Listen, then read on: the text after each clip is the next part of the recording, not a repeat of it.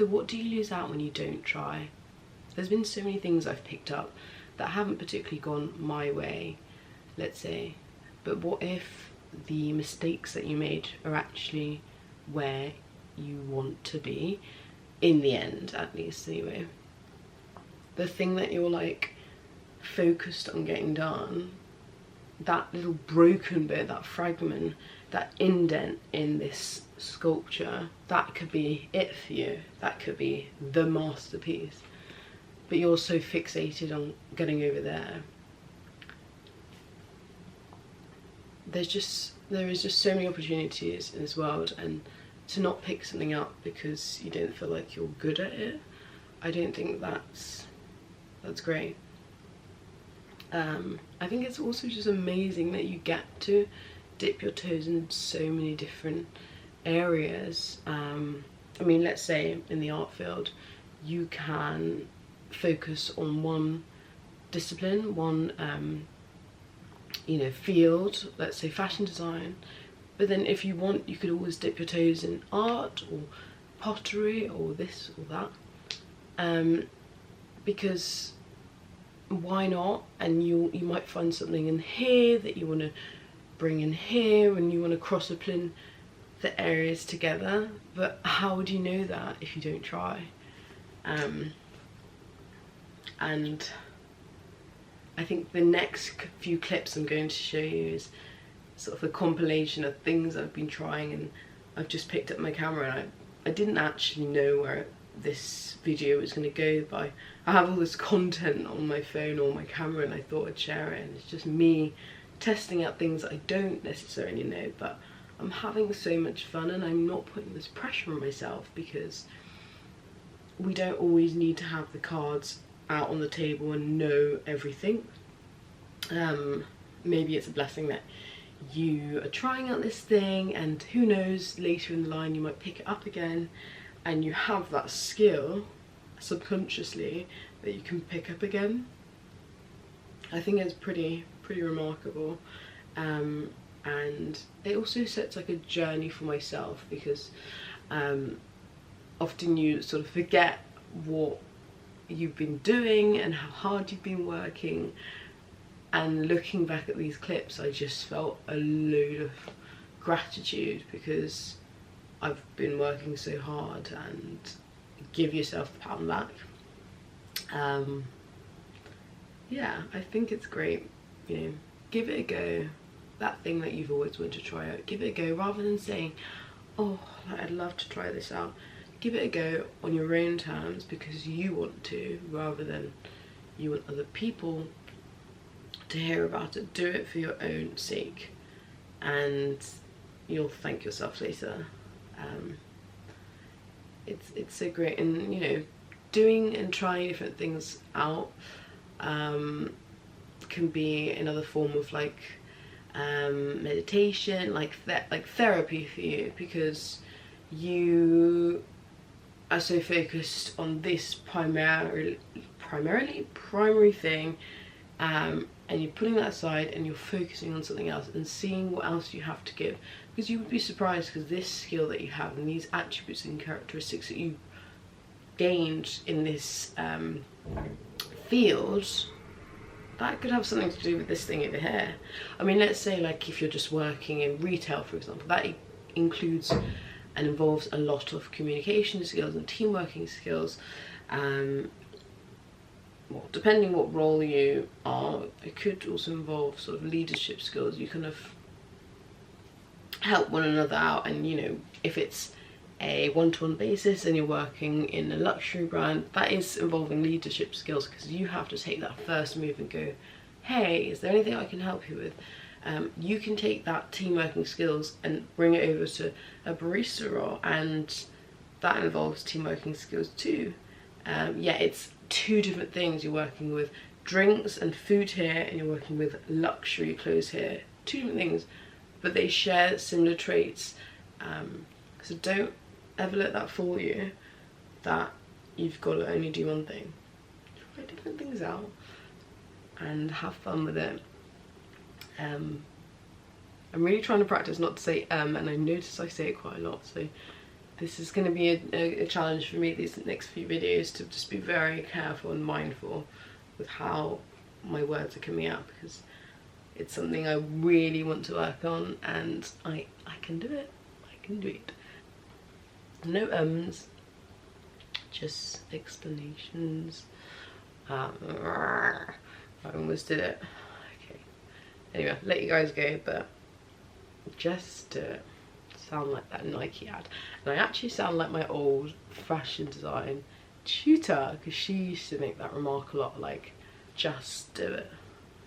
I think many people actually said that. I've got a recent tutor that says that slogan as well, and I think that is the best slogan. Like, for once, agreeing with Nike. Well, not that Nike did anything wrong, but, you know, just do it. See ya.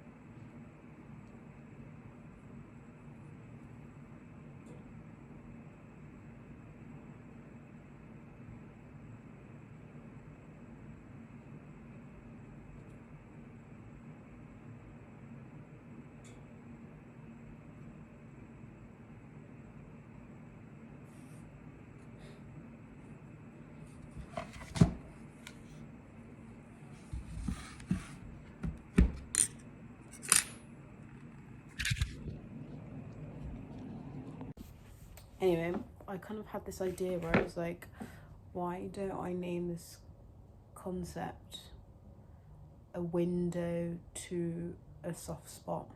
I think that's really, really good, because that has like associations to sophistication, elegance, a window to a soft spot. But then I'm also like, this would be a perfect project for when I do the next uni thing. And I'm like, this would be perfect to like talk about how, when, I feel like it's kind of cringy because it's talking about love and stuff, but it's like when someone finds find your sweet spot, and where like you can like crack and you can crumble and you can feel emotion and like connect to that person. I kind of want to have a project on that, because obviously it connects to what I'm going through or something, and yeah, crazy, but a window to a soft spot. But I feel like this is also great because I can, going back to this project, I could correlate it back to a swan or peacock, because there's associations of elegance. I could also link it to a window, not a window, sorry, a glass bottle, a glass perfume, glass bottle, because there's like the sense of reflection. It was my heart to. And then it also could have associations to the chandelier,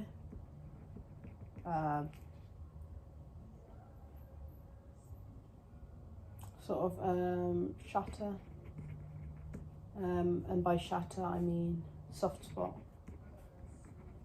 sort of crumble. I like that expression I use. Sort of crumble.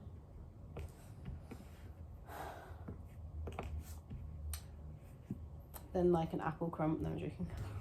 Okay. Apple crumble. But I think that kind of sums up a window to a soft spot. Swan Peacock Elegans.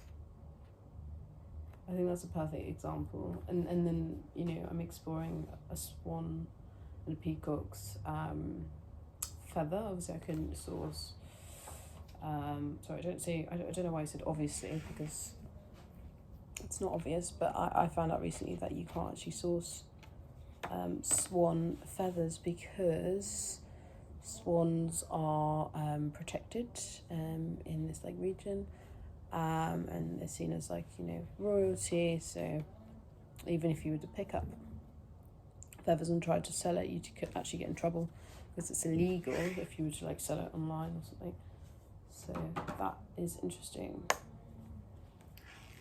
But yeah, let's stick that on there.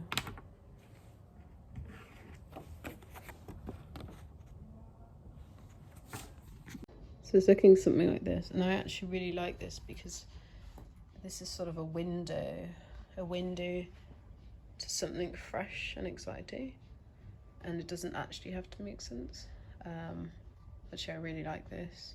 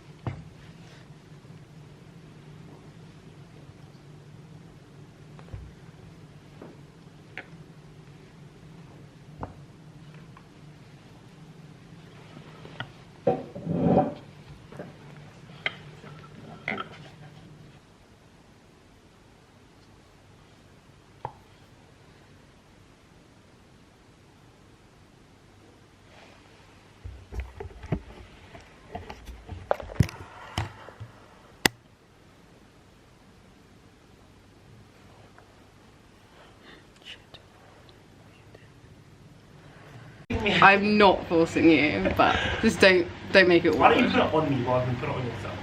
What do you mean? Like, why don't you test the scarves out on me? Yeah, no, I want to. Why aren't you like...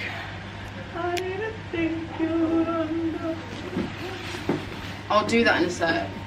But I just want to show you the others. Don't feel like you have to react like crazy as well. Oh my god! Woo! But yeah, there's this one that's just like quite simple. Interesting colour, I feel like.